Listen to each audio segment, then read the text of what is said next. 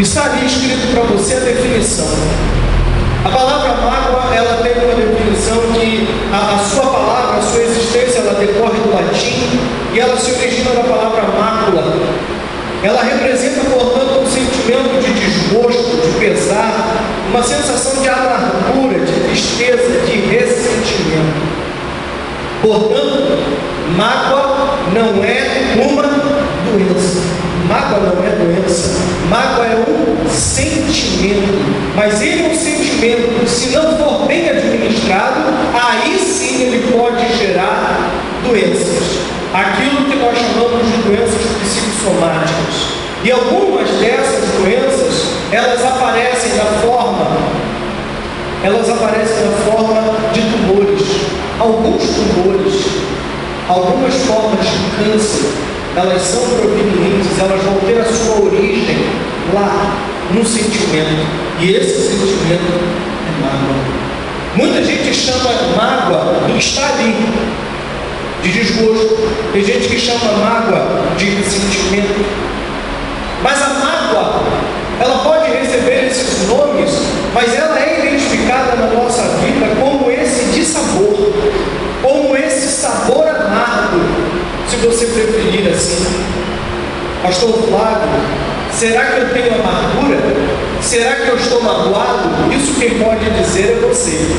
Mas uma coisa eu posso te dizer com certeza, como ser humano e como homem de Deus: se você não se magoou ainda, um dia você vai se magoar. A mágoa, ela é um sentimento inerente ao ser humano. Ela vai fazer, em algum momento, parte da nossa vida.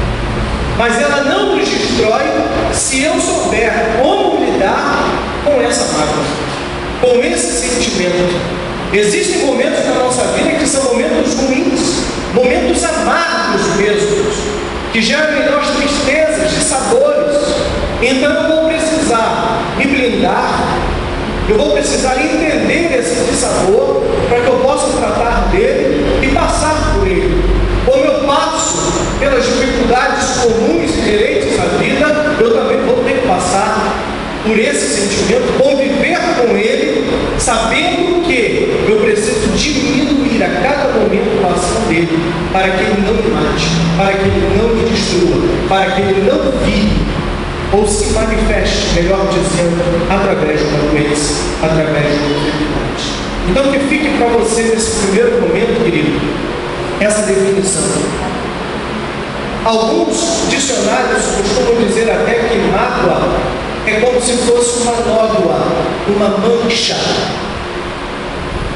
Então, quando um tecido humano ele está magoado por alguma pressão externa, ele pode, aquele local ficar roxo. Então eu estou dizendo que aquele local está magoado. Então, o que eu quero dizer a você é que muitas vezes nós carregamos dentro do nosso homem interior manchas, dores que ainda hoje estão dentro de nós, que quando é tocado nesse local, a gente sente mal. Se você quer se livrar disso, absolva. Eu estou usando a palavra absolvição porque eu usei a palavra juiz. Ou seja, perdoe. E isso eu encontrei, inclusive, numa declaração, um estudo feito sobre mágoa por um psicanalista. Aliás, não só por a palavra perdão. A palavra perdão ela é muito comum, muito usada no meio evangélico. Não sei quantos dos senhores são evangélicos. Mas eu só quero te dizer o seguinte: a única maneira de você se livrar da mágoa é perdoar.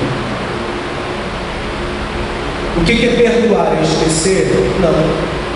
É entender. Não é concordar com o erro, mas é entender. Sabe como é que eu vivo melhor? Quando eu me coloco na sua posição.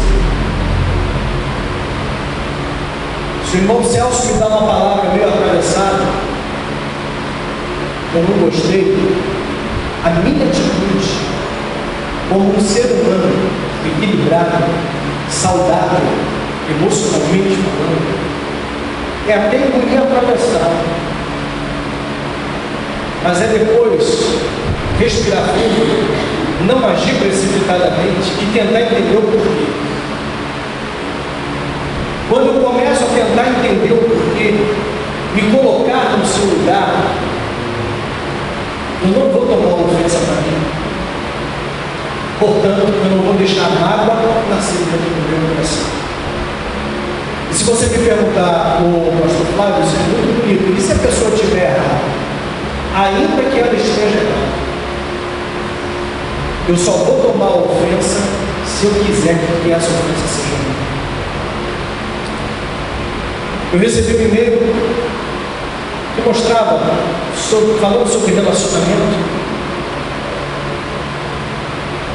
e esse e-mail dizia o seguinte, que um novo samurai resolveu desafiar um velho samurai, porque esse velho samurai, ele nunca perdeu uma única guerra, ele nunca perdeu uma única luta, e esse novo samurai queria fazer um nome, então ele resolveu desafiar.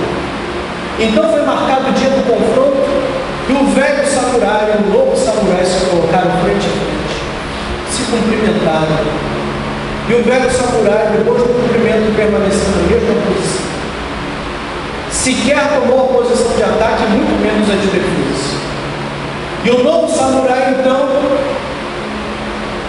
não vendo esboço de reação, começou a afrontar o antigo samurai com palavras.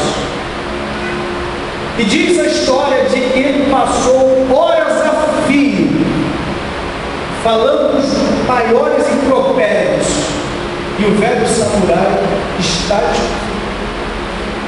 Passadas horas, o novo samurai se retira, desiste e vira as costas e vai embora. E aí alguém pergunta, mas por que o senhor não reagiu?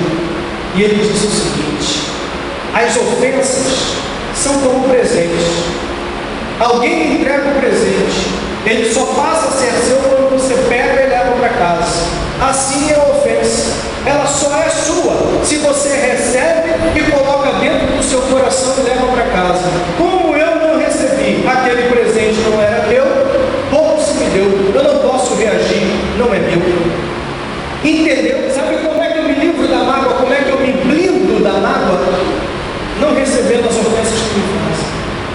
Porque você pode me ofender conscientemente ou não, como a gente já falou. Mas quem vai sentir a dor sou eu. Então, como é que eu me protejo? Não é meu. Não é meu, fica para você. Não é meu. Eu sou feliz, eu sou abençoado. Não há quem possa mudar isso. Acabou. Isso está em mim. Você não pode tirar isso de mim. O que eu quero finalizar dizendo a você é o seguinte: as pessoas só invadem a sua intimidade se você permitir. Sabe qual é a minha intimidade? O espaço da minha intimidade é o tamanho do meu braço. Daqui para cá você pode entrar se eu deixar.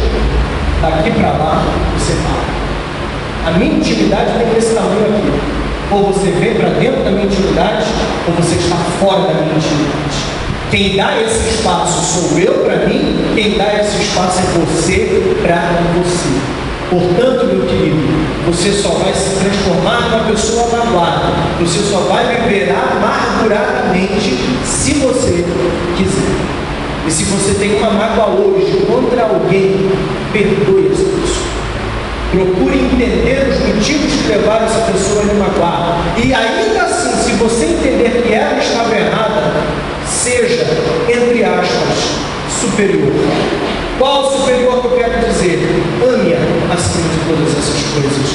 O maior dom que Jesus nos ensinou foi o amor. Ame ao próximo como a ti mesmo. Outra coisa que ele nos ensinou: não se deixe vencer do mal, mas vence o mal com o bem. Não faça nada a ninguém esperando algo em troca. Faça porque você tem bondade, porque você tem benignidade, porque você tem amor no coração. Simplesmente faça. Você é um ser abençoado. Você tem o Espírito de Deus. Você é o melhor de Deus. Portanto, haja como um filho de Deus. Que Deus abençoe você. Deus abençoe a sua família. Não fira e não se deixe ferir por ninguém. Deus seja contigo. Muito obrigado em nome de Jesus.